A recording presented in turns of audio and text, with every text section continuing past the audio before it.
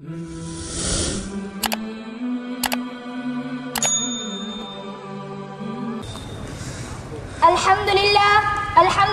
بکرۃ واصیلا والصلاة والسلام علی محمد وعلی واصحابہ سلاما جمیلا اما بعد قال النبی صلی اللہ علیہ وسلم لکل شیء علم وعلم الایمان الصلاۃ۔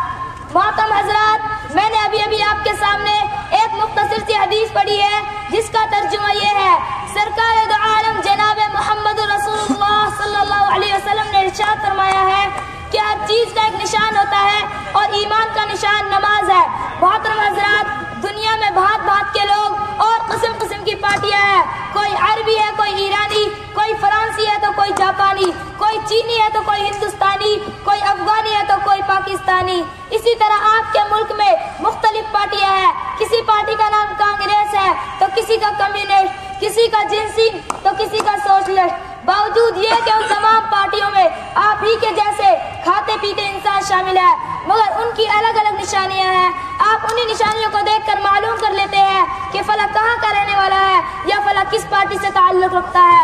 یہ تو گفتگو ان چیزوں کے بارے میں جو ہماری نگاہوں سے گزرتی ہے، مگر کچھ چیزیں ایسی ہیں جو ہماری آنکھوں سے دکھائی نہیں دیتی، مگر ان کے کچھ نشانات ہوتے ہیں جن سے ان کے وجود کا پتہ چلتا ہے۔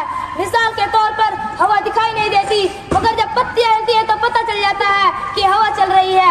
اسی طرح کفر، نفاق، فسق، ایمان جیسی چیزیں ہماری ظاہری آنکھوں سے نظر نہیں آتی، مگر کچھ علامتیں ایسی ہیں جن سے آپ پہچان جاتے ہیں کون مخلص ہے اور کون منافق، کون مومن ہے اور کون فاسق۔ اس حدیث میں ایماندار کی یہ نشانی بتائی گئی ہے کہ وہ نماز پڑھتا ہو۔ روزہ ہے چند مخصوص دن کے لیے، حج و زکوٰۃ صرف دولت مندوں کے لیے، لیکن نماز ایک چیز ہے جو سال کے ہر دن میں غریب ہو یا امیر، دولت مند ہو یا فقیر، جاہل ہو یا عالم، سب پر فرض ہے۔ یہی وجہ ہے کہ تاجدار مدینہ جناب عربی محمد رسول اللہ صلی اللہ علیہ وسلم نے ارشاد فرمایا ہے، من ترک الصلاۃ متعمدا فقد کفر۔ جس آدمی نے قصداً نماز چھوڑی اس نے کافر والا عمل کیا، یعنی نماز چھوڑنا مسلمانوں کا کام نہیں۔ مرد مسلم سب کچھ چھوڑ سکتا ہے، مگر نماز چھوڑنا اس کے لیے گوارا نہیں ہونا چاہیے، کیونکہ بھائیو قبر میں نماز کی سب سے پہلے پوچھ، حشر میں نماز کی سب سے پہلے پوچھ۔ آپ صلی اللہ علیہ وسلم نے ارشاد فرمایا ہے کہ میری امتی کی پہچان یہ ہوگی کہ اس کے اعضاء وضو چمکیں گے، جو صبح سویرے دیر سے اٹھتا ہے، رات کو مرے ہوئے کتے کی طرح پڑا رہتا ہے، پھر بھی اپنے آپ کو مسلمان کہتا ہے، ایک وقت کی نماز نہیں ہزاروں نمازوں کو چھوڑ کر بیٹھا ہے۔ قرآن پاک کی ایک آیت ہے، قیامت کا میدان ہوگا، پوری دنیا میدان محشر میں ہے، اللہ کی طرف سے آواز آئے گی، اسجدو، اے لوگوں سجدہ کرو۔ تمام لوگ سجدے میں چلے جائیں گے، مگر کچھ لوگ کھڑے کے کھڑے رہ جائیں گے۔ قرآن گواہ ہے، اللہ تعالیٰ فرماتے ہیں میں ان کے کمر میں لوہا ٹھوک دوں گا، جھکنے نہ پائیں گے، خوب کوشش کریں گے کہ ہم بھی جھک جائے، قیامت کا دن ہے ہمارا بھی کام بچ جائے۔ قرآن گواہ ہے فلا يستطيعون خاشعة ترهقهم ذلة، نہیں طاقت رکھیں گے جھکنے کی، ان کی آنکھیں شرم کے مارے ڈوب جائیں گی۔ حدیث میں رسول اللہ صلی اللہ علیہ وسلم نے فرمایا قیامت کے دن لوگ اپنی قبروں سے اٹھیں گے، مگر آدمی کی شکل میں نہیں، خنزیر کی شکل صورت میں۔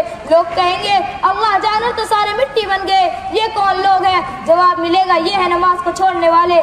آج کل بہت سننے میں آتا ہے جو ہوگا دیکھا جائے گا، مگر افسوس ہے کہ آج مسلمان اس موٹی سی بات کو نہیں سوچتا اور ایک ایسے عمل سے دور رہتا ہے جو اس کے مسلمان کہلانے کے لیے ضروری ہے۔ یہی وجہ ہے کہ آج باوجود مسلمان کہلانے کے ذلیل و خوار ہے، دنیا میں ذلت و نکہت ہمارے ساتھ لگی ہوئی ہے۔ اگر یہی حال رہا تو ہم آخرت میں بھی کامیابی کا منہ نہیں دیکھ سکتے۔ ہمارا کام کہنا ہے کاش کہ آپ سنیں اور اس پر عمل کریں۔ انہی چند باتوں پر میں اپنی تقریر ختم کرتا ہوں۔ وآخر دعوانا الحمد للہ رب العالمین۔